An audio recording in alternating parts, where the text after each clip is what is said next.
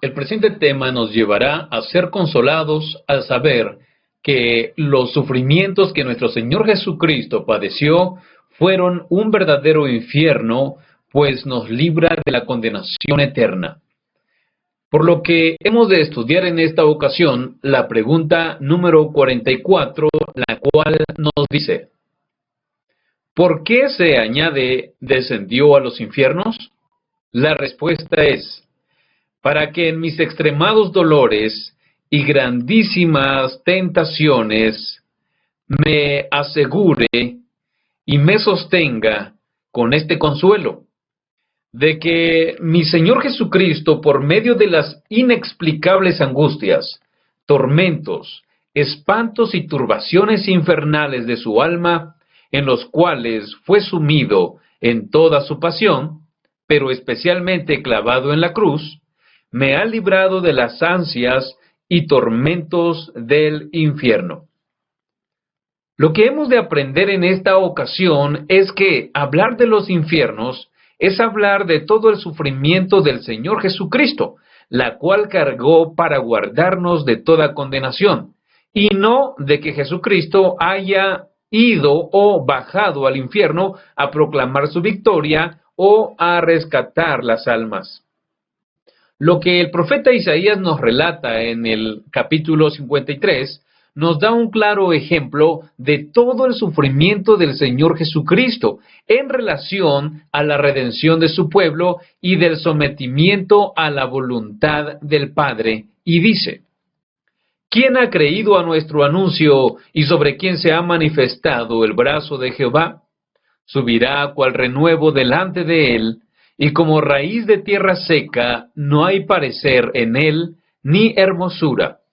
Le veremos, mas inatractivo para que le deseemos. Despreciado y desechado entre los hombres, varón de dolores, experimentado en quebranto, y como que escondimos de él el rostro, fue menospreciado y no lo estimamos. Ciertamente llevó él nuestras enfermedades y sufrió nuestros dolores, y nosotros le tuvimos por azotado, por herido de Dios y abatido. Mas él herido fue por nuestras rebeliones, molido por nuestros pecados. El castigo de nuestra paz fue sobre él, y por su llaga fuimos nosotros curados. Todos nosotros nos descarriamos como ovejas, cada cual se apartó por su camino, mas Jehová cargó en él el pecado de todos nosotros. Angustiado él y afligido, no abrió su boca. Como cordero fue llevado al matadero, y como oveja delante de sus trasquiladores enmudeció y no abrió su boca. Por cárcel y por juicio fue quitado, y su generación, ¿quién la contará?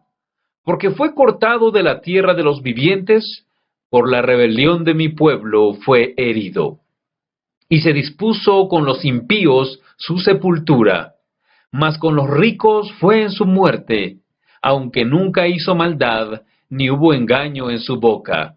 Con todo eso, Jehová quiso quebrantarlo, sujetándole a padecimiento. Cuando haya puesto su vida en expiación por el pecado, verá linaje, vivirá por largos días, y la voluntad de Jehová será en su mano prosperada. Verá el fruto de la aflicción de su alma, y quedará satisfecho. Por su conocimiento justificará mi siervo justo a muchos, y llevará las iniquidades de ellos. Por tanto, yo le daré parte con los grandes, y con los fuertes repartirá despojos, por cuanto derramó su vida hasta la muerte, y fue contado con los pecadores, habiendo él llevado el pecado de muchos, y orado por los transgresores. Estos 12 versículos nos narra todo el desprecio y sufrimiento, el dolor que el Mesías pasaría por causa nuestra. El profeta Isaías está anunciando esto aproximadamente 750 años antes del nacimiento de Cristo. También encontramos una descripción del sufrimiento del Señor en el Evangelio de Mateo, capítulo 26, versículo 36 al 46, la cual dice: Entonces llegó Jesús con ellos a un lugar que se llama Getsemaní, y dijo a sus discípulos: Sentaos aquí, entre tanto que voy allí y oro. Y tomando a Pedro y a los dos hijos de Zebedeo, comenzó a entristecerse y a angustiarse en gran manera. Entonces Jesús les dijo: Mi alma está muy triste, hasta la muerte. Quedaos aquí y velad conmigo. Yendo un poco adelante, se postró sobre su rostro, orando y diciendo: Padre mío, si es posible, pase de mí esta copa, pero no sea como yo quiero, sino como tú. Vino luego a sus discípulos y los halló durmiendo, y dijo a Pedro: ¿Así que no habéis podido velar conmigo una hora? Velad y orad, para que no entréis en tentación. El espíritu a la verdad está dispuesto, pero la carne es débil. Otra vez fue y oró por segunda vez, diciendo: Padre mío, si no puede pasar de mí esta copa sin que yo la beba, hágase tu voluntad. Vino otra vez y los halló durmiendo, porque los ojos de ellos estaban cargados de sueño. Y dejándolos, se fue de nuevo y oró por tercera vez, diciendo las mismas palabras. Entonces vino a sus discípulos y les dijo: Dormid ya y descansad. He aquí ha llegado la hora, y el Hijo del Hombre es entregado en manos de pecadores. Levantaos, vamos, ved, se acerca el que me entrega.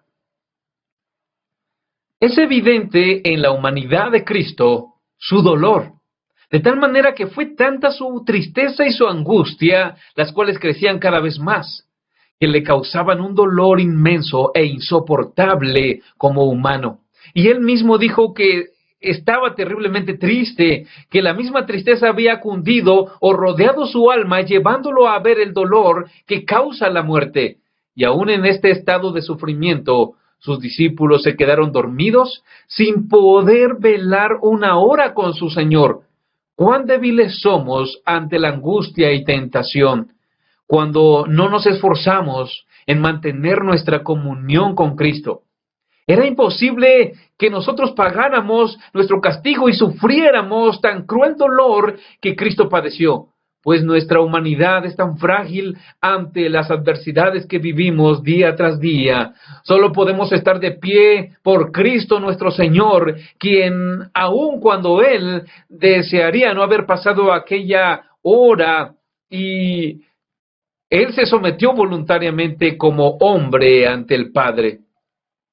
Solo Cristo puede asegurarme y sostenerme ante los extremos dolores y sufrimientos que puedo pasar en mi vida diaria, porque Él ya pasó por todas estas cosas, inexplicables angustias que el hombre pecador no podría pasar ni soportar. Es necesario recalcar que Jesús siempre estuvo dispuesto a tomar y a beber de la copa de la ira de Dios.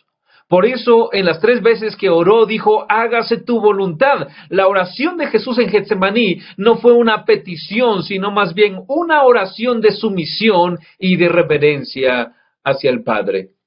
Asimismo, el Evangelio de Mateo, en el capítulo 27, versículo 45 al 46, narra lo siguiente: Y desde la hora sexta hubo tinieblas sobre toda la tierra hasta la hora novena. Cerca de la hora novena, Jesús clamó a gran voz diciendo: Elí, Elí, lama sabactani. Esto es: Dios mío, ¿por qué me has desamparado? Notamos aquí el sufrimiento de Cristo en la cruz, siendo este el punto culminante de su pasión. Y esta expresión, ¿por qué me has desamparado?, indica el peso que Él estaba cargando, el peso de nuestros pecados y la separación que el pecado produce en relación a Dios. Cristo, al tomar nuestro lugar, al tomar nuestro castigo y beber la copa de la ira de Dios, experimentó lo que nosotros deberíamos experimentar por causa de nuestra maldad. Cristo, en su condición de hombre, al llevar nuestra culpa, sufrió voluntariamente la injusticia nuestra, la cual nos alejaba y desamparaba de Dios. Cuando Él tomó nuestro lugar, sufrió el desamparo que el pecado produce en el hombre. El tiempo de la cruz, llevando nuestro pecado, era la causa de aquella gran tristeza que Él sufría en el huerto de Getsemaní. Así también, el Evangelio de Lucas, capítulo 22, versículo 44, nos habla de la lucha y del conflicto que había en el corazón de Jesús antes de aquella hora horrenda para Él, y dice: y estando en agonía, oraba más intensamente, y era su sudor como grandes gotas de sangre que caían hasta la tierra. El teólogo Jonathan Edwards expuso en su sermón la agonía de Cristo diciendo que el estrés y angustia interna de Cristo no solo le causó un violento sudor por todo su cuerpo, sino que causó también que sudara sangre. El estrés y la angustia de su mente era tan indescriptiblemente extremo que causó que su sangre saliera por los poros de su piel, y tal grado para que cayera en coágulos o gotas de su cuerpo a la tierra. Fue necesario que Cristo tomara y bebiera de la copa de la ira de Dios como humano, ya que si lo hubiera tomado como Dios mismo, no hubiera experimentado tal sufrimiento, pues como Dios, Jesús no hubiera sufrido, sino que Él es eterno. Cristo, como Dios, sabía perfectamente cuáles eran los dolores y sufrimientos que le causaría la cruz. Pero era más necesario que lo supiera como hombre, ya que sufriría como hombre, claro, sin dejar de ser Dios, pues sabemos que la divinidad y humanidad de Cristo son inseparables. Y en toda esta angustia, su oración era aún mayor y sin cesar, más fervientemente. Y el motivo de su oración no era que esa copa pasara de él, pues Jesús estaba dispuesto a beber la copa de la ira de Dios, sino más bien, como lo expresa también Jonathan Edwards, Jesús oraba por fortaleza y ayuda, que su pobre y frágil naturaleza humana fuera apoyada, que no fallara de esta gran prueba, que no fuera hundido y tragado, y así pudiera terminar su tarea. El evangelista Lucas menciona el mismo relato que Mateo, pero Lucas menciona que un ángel del cielo apareció para fortalecerlo. El ángel fue la respuesta a su petición, y el autor a los Hebreos escribe que su petición fue escuchada y dice en Hebreos capítulo 5, versículos 7 al 10, y dice: y Cristo, en los días de su carne, ofreciendo ruegos y súplicas con gran clamor y lágrimas al que le podía librar de la muerte, fue oído a causa de su temor reverente. Y aunque era hijo, por lo que padeció, aprendió la obediencia, y habiendo sido perfeccionado, vino a ser autor de eterna salvación para todos los que le obedecen, y fue declarado por Dios sumo sacerdote según el orden de Melquisedec. La agonía de Cristo fue tan grande que fue necesario que fuera fortalecido. En su agonía oraba intensamente para cumplir la voluntad de Dios, pues como hijo amado era lo único que anhelaba hacer la voluntad de su Padre, pues para esto había llegado a esa hora. Y la intensa oración que Cristo hizo, lo hizo como el gran sumo sacerdote que es, no solo elevando al Padre su oración, sino también derramando su sangre, tal y como lo hiciera un sacerdote judío al orar y ofrecer el sacrificio. Damos gracias a Dios por Jesucristo, su Hijo eterno, quien en su humanidad se sujetó a todos estos padecimientos que nosotros debíamos sufrir. y lo hizo para librarnos del sufrimiento y castigo eterno del infierno que nosotros merecíamos. Ahora es necesario que nos acerquemos a Él tal como Él lo haría, con oraciones intensas y continuas delante del Padre. Si Cristo, siendo justo y santo, se sometió en obediencia ante el Padre y rogó por fortaleza para cumplir su voluntad, ¿cuánto más nosotros, que somos pecadores, cada día necesitamos estar cerca de Dios, sometiendo nuestra carnalidad ante Dios? Esta lucha que tenemos cada día por hacer la voluntad de Dios no es responsabilidad de nadie más que la nuestra. No esperemos a que alguien más lo haga por nosotros. Si Cristo ya lo hizo, también en Él podremos hacerlo. El tiempo de regresar a los templos llegará, pero eso no debe ser nuestra mayor preocupación, sino que busquemos más intensamente crecer en la comunión con Cristo, como Él lo hacía con el Padre. Que prediquemos la palabra de Dios a los que no han creído, que todo lo que hemos escuchado en las predicaciones, predicación tras predicación, lo pongamos en práctica, que vivamos como verdaderos cristianos rescatados del infierno y trasladados al reino de Cristo. Este año ha sido un año al parecer de muchas angustias. Pero no hay mayor angustia que la que Cristo padeció por nuestros pecados. Sometámonos a Dios, busquémosle con todo el corazón, alma y fuerzas, y nos daremos cuenta de lo que Dios nos está enseñando por medio de todo lo que hoy estamos viviendo. Son tiempos de prueba, son tiempos de gran dificultad, pero eso no cambia que los cristianos tenemos un gran trabajo que hacer, un servicio que debemos cumplir a Dios, una carrera por delante que hay que correr, una guerra que tenemos que luchar.